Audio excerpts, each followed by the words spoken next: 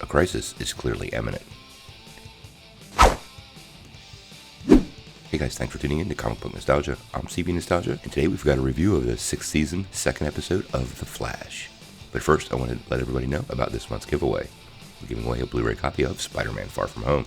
To get in on the contest, you just have to be a subscriber to the channel, hit like below, and leave a comment. Well, it looks like we have a new season and a new tone. And the new tone is here to stay. To me, this is a good thing. We've had more than 100 episodes of The Flash, and I think it's time for The Flash to start really shaking things up. Now, I'm not sure if this means killing off Barry in that December 10th episode, but, that's how the story goes. Obviously, nobody wants to see Barry die, but this week's episode really seems to deal with Barry trying to align himself with what's going to happen.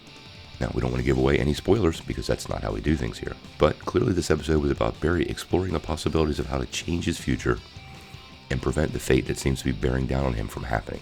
Now, if you saw from the trailers, Barry does get a little bit of help in this episode from Jay Garrick. I've always loved this portrayal of Jay Garrick by John Wesley Shipp, and once again, he does a great job in this episode. There's also a little caveat that fans who have been following the show for a really long time might like. The return of this character causes Barry to really look internally, and is one of the inspirational reasons for him becoming a hero in the first place, which plays greatly into this storyline. This episode is all about Barry accepting his fate, and maybe even deciding what his fate really means. What does it mean to be a hero? And is accepting your death being that hero, or is that copping out? Joe West has been and always will be the Jiminy Cricket of this series, and he continues that in this episode.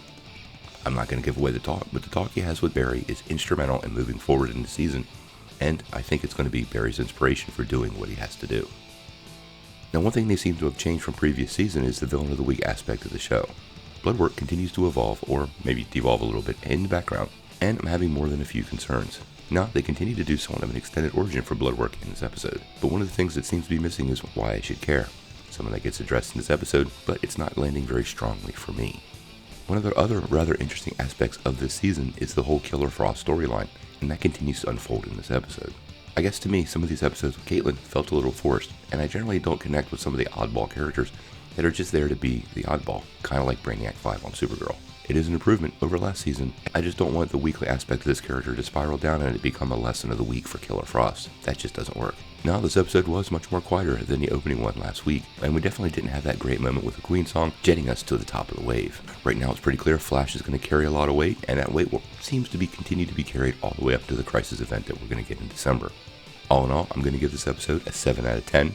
I've always enjoyed The Flash, and this season is giving us something new, so that makes me pretty happy. What did you think? Sound off in the comments below. If you like this video, make sure you press like below, click subscribe, and if you don't ring that bell, you won't get any updates. Peace.